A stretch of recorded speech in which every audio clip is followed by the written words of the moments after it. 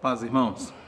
Nós tivemos no nosso último vídeo aí, eu tive compartilhando com os irmãos uma pequena diferença entre o chefe e o líder, né? Falando que o líder ele tem um diferencial que é a capacidade de correr riscos.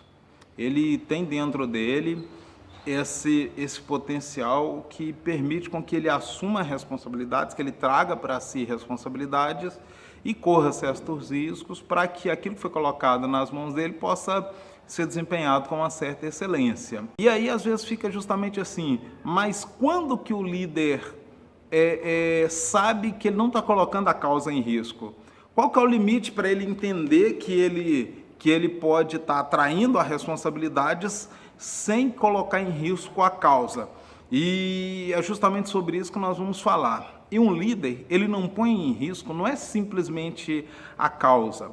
Um líder, ele também não põe em risco a sua liderança. Os riscos que ele assume nunca colocam em risco a sua liderança, o seu caráter, o local onde ele está. Não é só a instituição, não é só o local que está sobre a liderança dele, o departamento que está sobre a liderança dele, que ele não coloca em risco, não. Às vezes a pessoa pensa só num aspecto muito amplo. Ele não põe em risco, falando-se a nível de liderança ministerial, ele não põe em risco o nome da igreja. Não, mas ele também não põe em risco o ministério que ele está, ele não põe em risco as pessoas que estão com ele, e ele não põe em risco o seu ministério também, a sua liderança. E como que ele vai saber que é o limite desse risco? Então é sobre isso que nós vamos falar hoje.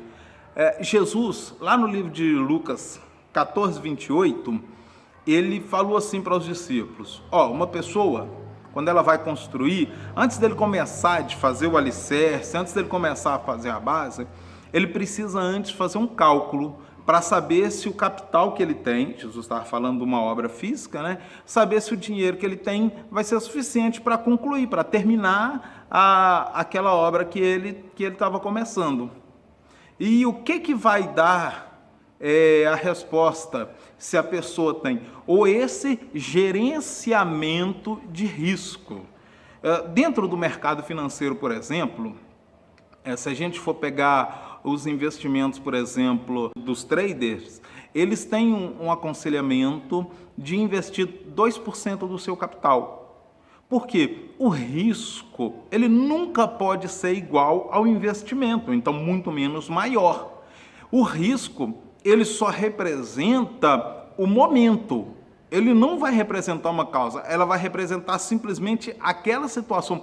Quando o líder assume a responsabilidade, ele está assumindo uma responsabilidade naquele momento de que o que foi colocado na mão dele ali para desempenhar naquele instante, não a longo prazo, vai ser possível de ser desempenhado. E ele só vai conseguir saber isto, conhecer esses riscos, se ele conhecer a gestão que está por trás daquele acontecimento. O que é uma situação que se torna, eu posso dizer, um problema? Que muitas vezes as pessoas, por se tratar de uma liderança ministerial, eles acreditam que tudo se faz na fé. Então, pela fé, acabou, basta eu ter fé que tudo vai dar certo. E aí você pergunta para ele, mas como assim? Ele fala assim, não, porque a Bíblia fala que tudo é possível ao que crê. Exato. Mas olha só, ela fala assim, tudo é possível àquele que crê. E não aquele que crê consegue tudo que ele quer. Por quê? Porque até mesmo a fé, ela respeita alguns princípios e ela respeita propósitos. Quais são os princípios e propósitos que a fé respeita? São princípios e propósitos espirituais. Então a fé, o fundamento dela está justamente em você conhecer o propósito de Deus na sua vida, através da sua vida, o propósito de Deus no seu ministério, o propósito de Deus onde você está inserido. Mas o propósito de Deus não é simplesmente ganhar almas, exatamente, mas existem caminhos que vão ser seguidos para que esse objetivo maior possa ser alcançado. E esses caminhos, eles são variáveis de acordo com a cultura, de acordo com o conceito, de acordo com o país, de acordo com a economia. Tudo isso vai gerar como esses conceitos serão administrados. E aí você precisa conhecer esses conceitos, porque esses conceitos não são terrenos, esses conceitos são espirituais, esses princípios e esses propósitos são espirituais. E quando você conhece esse princípio e esses propósitos, a tua fé está vinculada a esses princípios e a esses propósitos. A fé não é uma coisa louca, a fé não é aquela coisa, bateu e fala assim, eu vou acreditar em tal situação e ela vai ter que acontecer porque eu simplesmente acreditei. Não, a fé ela respeita princípios e a fé ela respeita propósitos. Então, quando você conhece os propósitos e os princípios, aí a tua fé ela vai ser uma fé prática, ela vai ser uma fé objetiva que traz resultados. Então, o que precisa? Até mesmo para a sua fé ser acionada, você precisa conhecer os propósitos do local onde você está inserido, da liderança onde você está inserido. Por isso que tem muita gente frustrada, porque acreditou simplesmente por acreditar. Até mesmo, irmãos, a Bíblia fala que o nosso coração é enganoso, então às vezes a gente acha que Deus está falando, a gente acha que aquela é a decisão correta e depositamos esperanças, depositamos ali até mesmo a nossa credibilidade e as coisas não acontecem e vem a frustração.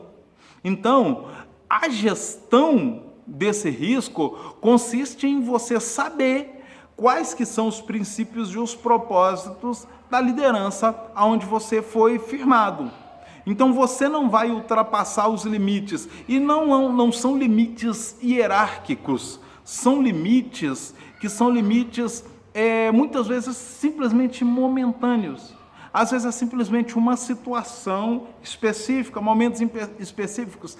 Tem pessoas que não gostam muito de aceitar um determinado conceito, mas a Bíblia ela tem conselhos em situações específicas. A Bíblia ela tem opiniões que muitas vezes são próprias dos autores. O apóstolo Paulo ele tem um certo cuidado em falar, eu estou falando de mim, não é de Deus. Quando ele estava dando um conselho acerca da vida matrimonial, ele falou assim, essa é a minha opinião, mas por que eu posso dar a minha opinião? Baseada nos conceitos que eu conheço da parte de Deus.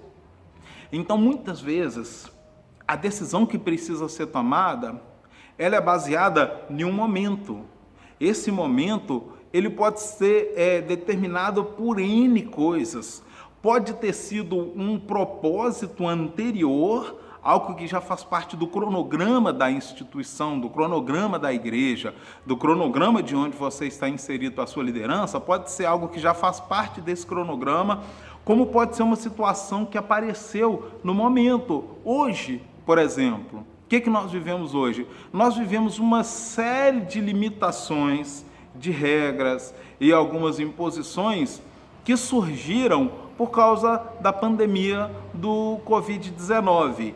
Não fazia parte do nosso cronograma muitas coisas que estão acontecendo agora dentro da igreja. Mas a liderança conhece o objetivo da igreja, quer dizer, como Deus está conduzindo essa igreja. A liderança conhece o cronograma dos cultos, a liderança conhece o cronograma financeiro, a liderança conhece os propósitos maiores que a igreja estabeleceu, a liderança conhece os conceitos do nosso conselho superior, a agenda do nosso conselho superior. Então a liderança, ela precisa conhecer todos esses passos. O que é isso? É o orçamento. Às vezes as pessoas se chateiam porque vem alguém que está extremamente capacitado, mas ele não recebe logo uma liderança. Muitas vezes é simplesmente porque ela ainda não conhece esse orçamento, ela ainda não passou a fase de fazer esse orçamento para que ele possa desempenhar, então, a sua liderança. Jesus, ele fala o seguinte, porque se o cara começar a construir e não terminar, os vizinhos vão até zombar dele, vão falar lá, o cara, queria construir, queria começar, mas não tinha dinheiro. Jesus fala até mesmo acerca disso. Mas o que é o pior quando nós falamos da nossa liderança espiritual? Quando acontece alguma coisa no caminho que interfere, que atrapalha, que faz com que esse propósito seja barrado por causa de alguma situação, as perdas são espirituais. Às vezes pessoas vão deixar de ser atendidas, pessoas vão deixar de ter um acompanhamento que era necessário, pessoas vão ser feridas, pessoas podem ser machucadas, pessoas podem se frustrar. Então, o que é muito importante agora? O que você precisa saber? Beleza, eu vou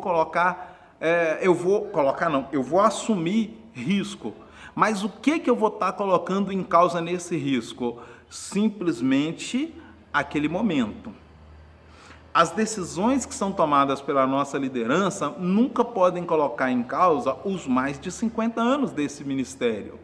Elas podem representar um momento, e como eu falei no vídeo anterior, às vezes pode dar errado. Talvez na sua gestão ela pode dar errado. E é aí que o mercado financeiro diz o seguinte: ponha só 2%, porque uma hora ou outra você vai falhar. É isso que o mercado diz, você vai falhar uma hora, e quando você falhar, você não vai ter colocado em causa o teu potencial de investidor. Então, se a sua decisão, se na hora que a situação chega até você, você precisa tomar uma decisão como líder, e você enxerga que essa decisão que você precisa tomar vai colocar em causa o teu ministério, então você não está tendo uma boa gestão de risco. Se você acha que vai colocar em causa o nome da igreja, o nome do teu ministério, as pessoas que estão do seu lado, você não está tendo uma boa gestão de risco, porque você vai estar colocando essa causa em risco. Se você olhar e falar assim: poxa, eu preciso tomar essa decisão, mas se eu errar, eu posso até perder o meu posto. Você não está fazendo uma boa gestão de risco, porque quando você conhece esses limites, quando você conhece quais são os propósitos, os projetos, você sabe até onde você pode ir, sem colocar em causa o teu chamado, o teu ministério. A sua liderança não pode ser colocado em causa quando você for tomar uma dessas decisões. Então, é muito importante você ter esse conhecimento, ter esse orçamento, para que você possa desempenhar uma liderança com uma boa gestão que vai contribuir para um crescimento e não vai colocar em causa não simplesmente a instituição, a igreja, a sua igreja, ou onde você estiver inserido. Talvez você esteja vendo esse vídeo sem estar relacionado ao ministério, mas ela não vai colocar em risco a sua liderança. Então, conheça o estatuto, conheça os princípios, conheça seus propósitos, conheça o modus operandi do seu pastor, dos seus líderes, porque aí você vai ter a garantia que você vai poder fazer uma boa gestão e que, ainda que você falhe, o seu risco não vai trazer nenhuma grande perda para o lugar onde você está inserido. Eu quero que você me mande agora um texto bem honesto, um texto particular, uma visão sua de qual é o objetivo maior do ministério que você está inserido dentro da igreja, quais são os projetos e como eles têm sido colocados em prática para alcançar esse objetivo maior, e como que você acredita que você pode contribuir na colocação desses projetos e no alcance desse alvo maior. Amém? Fica aguardando aí o seu texto. Deus te abençoe.